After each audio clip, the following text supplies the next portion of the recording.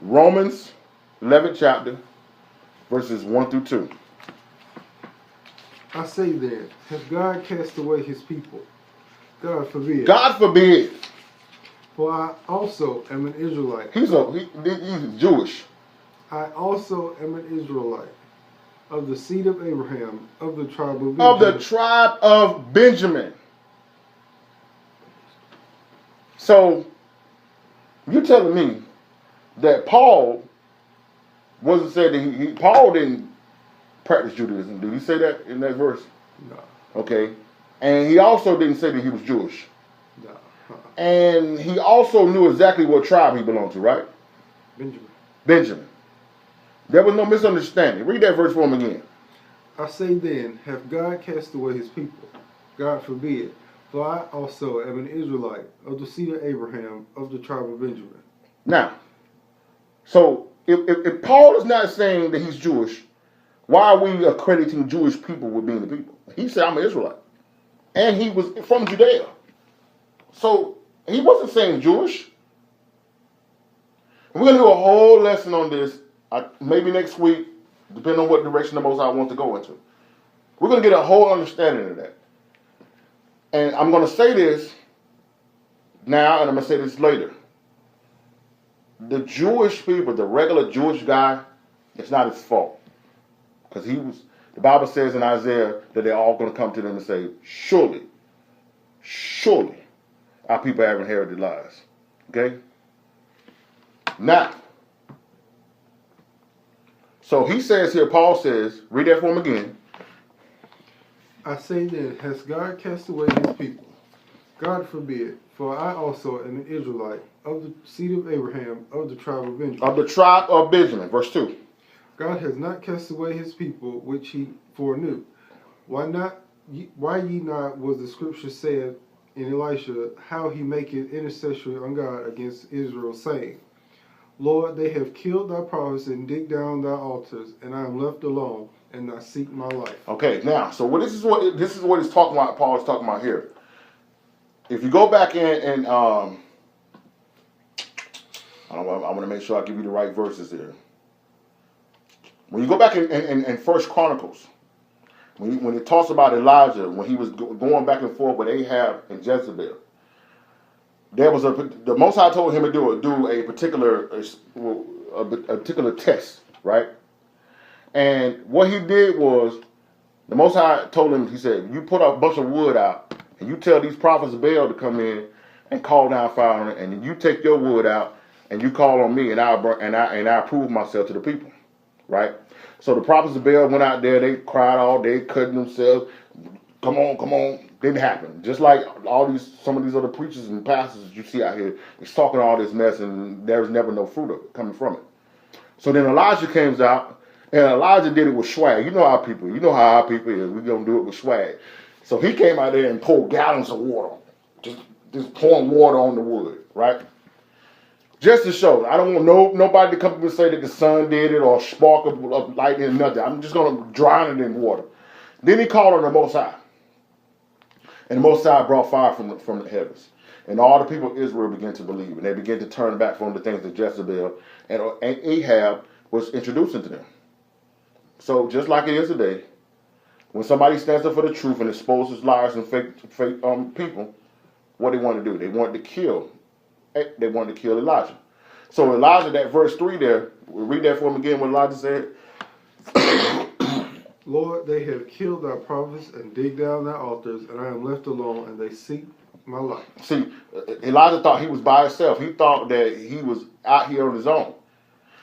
And many of you are in your churches. Many of you are in your communities. And you're starting to realize, like, man, this stuff they're preaching, this ain't truth. I'm reading this in the Bible. This is not what it's saying. They done told me that I'm African American. They done told me I'm black.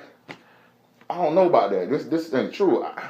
I'm receiving that I am Israel, that I am Judah, that I am Benjamin, that I am Levi, that I'm Issachar. You're starting to get that understanding. And you feel like you're alone. You feel like you're on an island by yourself. You feel like nobody's trying to do what's right by the Most High. And you feel like you're stuck by yourself.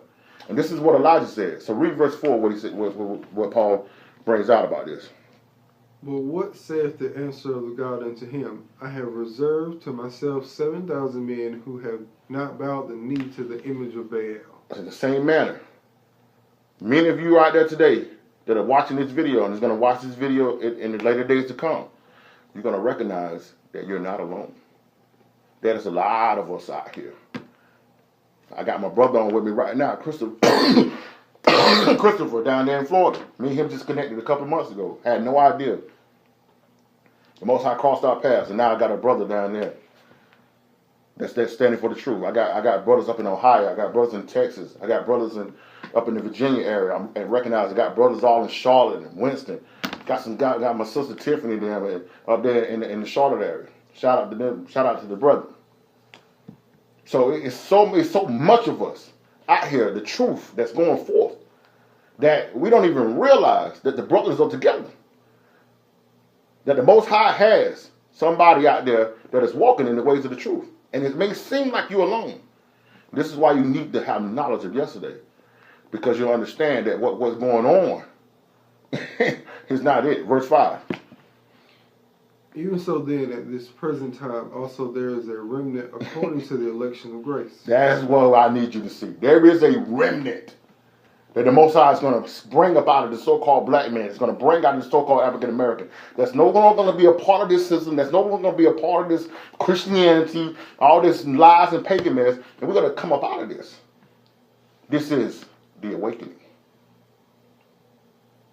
So today's lesson, if you just joined us today, today's lesson is knowledge of yesterday produces wisdom for tomorrow.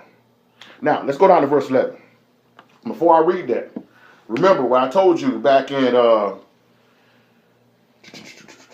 what was that was just reading? Back in Jeremiah 17, where he says, I'm going to give away your treasures, but I'm going to give away your land. Paul is going to reference this here in Romans 11. Read for them verse 11. I say then, have they stumbled that they should fall? God forbid.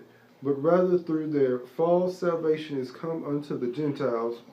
Hold up. So this is what the Most High is saying here. See, we stumbled. Our ancestors stumbled. Okay? We walked away from the law. We stopped doing the statutes and the commandments. But he said that not for us to be done with, our fall has did what? But rather through their fall, salvation is come unto the Gentiles, for to provoke them to jealousy. To provoke us to jealousy. Now we seeing all the whole world out here getting all this stuff, and they building all these big churches and going all this stuff, and our people are just desolate, impoverished, poor, on drugs, killing each other in the communities, on crack, prostitutes, butt naked. Our guys are dressing in rumples and stuff, a bunch of looking like all this nonsense.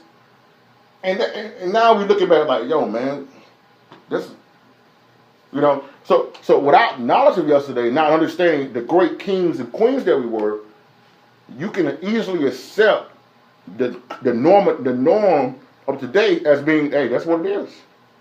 We ain't never been nothing but slaves, and we graduated from slaves to pimp, drug dealers, and hustlers. But when you have knowledge of yesterday, it will produce wisdom for tomorrow. And now you're going to go into the direction of, oh, whoa, man, no, this ain't me.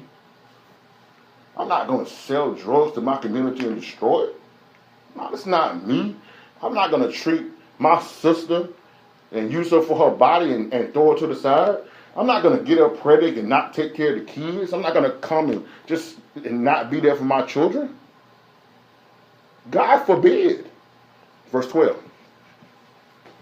Now, if the fall of them be the riches of the world, and the diminishing of them the riches of the Gentiles, how much more their fullness? How much more fullness is we? If the whole world got rich off of our fall, then how on are we? If one nation can put the whole world on, then how on is we?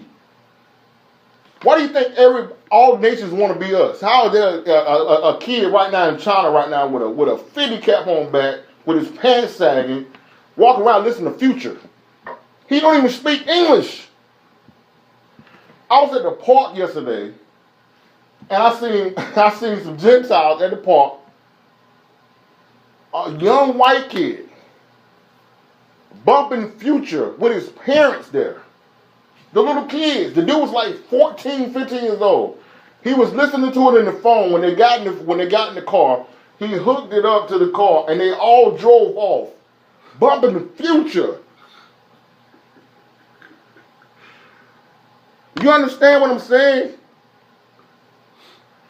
And Genesis 49, it tells us, Judah shall be praised. This is why everything we are, they want to be. But we were taught to say, oh man, if you dark skinned, bro, you ain't really on like that. When they want your skin, that's why they go lay on tanning beds so they can get darker. They say, man, you know, all them girls with them booties and stuff, that ain't what it's supposed to be. And then yet they go out and get booty implants now. So how all of a sudden now the Kardashians is on because they got booty implants, but our sister who had the booty implants from birth, it's just a thought. And then we start calling ourselves that. We start degrading our women when they want to be us. If you just joined us today, today's lesson is the knowledge of yesterday produces wisdom for tomorrow. Let's go to Acts 13. Let's keep this going.